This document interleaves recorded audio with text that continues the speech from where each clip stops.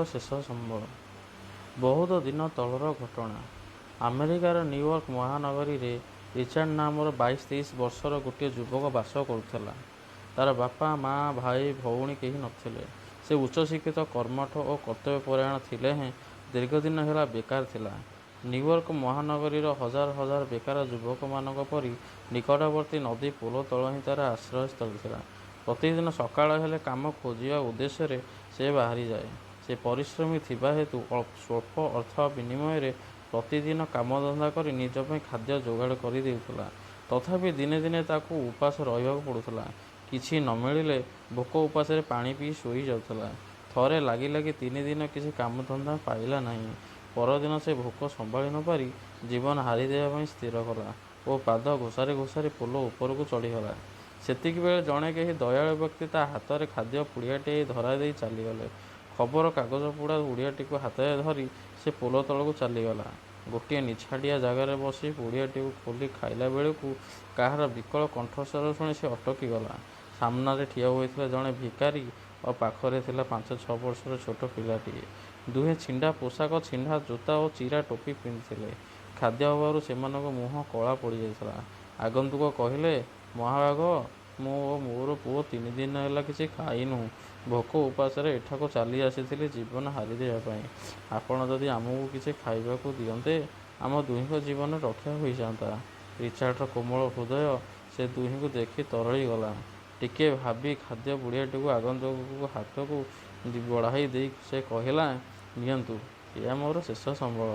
ଖାଦ୍ୟ ପୁଡ଼ିଆଟିକୁ ନେଇ ପିତା ଓ ପୁତ୍ର ଦୁହେଁ ଆନନ୍ଦରେ ଖାଇବାରେ ଲାଗିଲେ।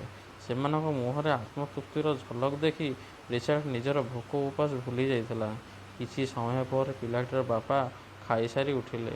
ଯିବା ପୂର୍ବରୁ ସେ ନିଜର ଛିଣ୍ଡା କୋଟ ଭିତରେ ପକେଟ ଦରାଣ୍ଡି ମୁଦ୍ରାଟିଏ କାଢ଼ିଲେ ଓ ସେଇଟିକୁ ରିଚାର୍ଡର ହାତରେ ଦେଇ କହିଲେ, ନିଅନ୍ତୁ, ଏହା ମୋର ଏକମାତ୍ର ସମ୍ବଳ। ଏହା କହି ଦୁହେଁ କେଉଁଆଡ଼େ ଚାଲିଗଲେ। ଖାଦ୍ୟ ଅଭାବରୁ ରିଚାର୍ଡର ଅଣ୍ଟା ପିଠି ଲାଗି ଯାଉଥିଲେ ହେଁ କାହିଁକି କେଜାଣି ଏଇ ଈଶ୍ୱରୀୟ ଆନନ୍ଦରେ ତା'ର ମନ ଭରି ଯାଉଥିଲା। କିଛି ସମୟ ପରେ ଭୋକରେ ଆଉଟି ପାଉଟି ହୋଇ ବଳକା ଖାଦ୍ୟ ଆଶାରେ କାଗଜ ଗୁଡ଼ା ହୋଇଥିବା ପୁଡ଼ିଆଟିକୁ ଦରାଣ୍ଡିବାରେ ଲାଗିଲା ରିଚାର୍ଡ। କାଗଜରେ କିଛି ଖାଦ୍ୟ ନଥିଲା। ସମୟ କାଟିବା ପାଇଁ ସେ ଅଧାଚିରା ଖବର କାଗଜଟିକୁ ଖୋଲି ପଢ଼ିବାରେ ଲାଗିଲା। ପଢ଼ୁ ପଢ଼ୁ ଗୋଟିଏ ଛୋଟିଆ ବିଜ୍ଞାପନ ଉପରେ ତା'ର ଦୃଷ୍ଟି ପଡ଼ିଗଲା। ସେଇଟା ଥିଲା ଜନୈକ ପୁରାତନ ମୁଦ୍ରା ସଂଗ୍ରହକାରୀଙ୍କ ବିଜ୍ଞାପନ। ତାଙ୍କର ନିର୍ଦ୍ଦିଷ୍ଟ ଏକ ପୁରାତନ ମୁଦ୍ରା ଆବଶ୍ୟକ ଥିଲା ଏବଂ ଉକ୍ତ ମୁଦ୍ରାର ପ୍ରତିବଦଳରେ ସେ ଉପଯୁକ୍ତ ପୁରସ୍କାର ଦେବା ପାଇଁ ଘୋଷଣା କରିଥିଲେ।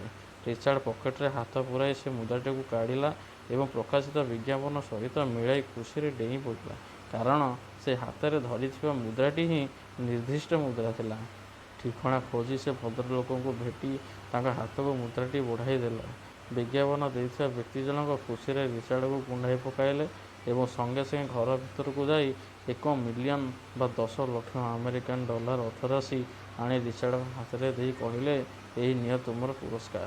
ପୁରସ୍କାର ରାଶି ଦେଖି ରିଚାର୍ଡ ନିଜ ଆଖିକୁ ବିଶ୍ୱାସ କରିପାରିଲା ନାହିଁ। ଭଦ୍ରଲୋକଙ୍କୁ ଧନ୍ୟବାଦ ଦେଇ ସେ ଧାଇଁଗଲା ସେହି ନଦୀପୋଲ ତଳକୁ, ଯେଉଁଠାରେ ସେ କ୍ଷୁଧାର୍ତ ବାପ ଓ ପୁଅକୁ ଭେଟିଥିଲା। କିନ୍ତୁ ବହୁତ ଖୋଜାଖୋଜି ପରେ ମଧ୍ୟ ଦୁହିଁଙ୍କର କୌଣସି ସନ୍ଧାନ ପାଇଲା ନାହିଁ। ପାଇଥାନ୍ତା ବା କେମିତି? ବୋଧହୁଏ ଈଶ୍ୱରଙ୍କ ଦୂତ ସାଜି ଆସିଥିବା ସେ ଦୁଇଜଣ ତାଙ୍କର କାର୍ଯ୍ୟ ଶେଷ କରି ଫେରି ଯାଇଥିଲେ। ସେଠାରେ ତାଙ୍କର ଆଉ ଆବଶ୍ୟକତା ନଥିଲା। ଖୋଜି ଖୋଜି ହାଲିଆ ହୋଇ ରିଚାର୍ଡ ସେଇଠି ଆଣ୍ଠୁମାଡ଼ି ବସି ପଡ଼ିଲା। ପାଟିରୁ ତା'ର କଥା ବାହାରୁ ନଥିଲା। ଆଖିରୁ ଧାର ଧାର ଲୁହ ବୋହି ଯାଉଥିଲା। ଈଶ୍ୱରଙ୍କ ଉଦ୍ଦେଶ୍ୟରେ 2 ହାତ ଉପରକୁ ଟେକି ସେ କେବଳ କାନ୍ଦି ପାରୁଥିଲା ମାତ୍ର। ଧନ୍ୟବାଦ।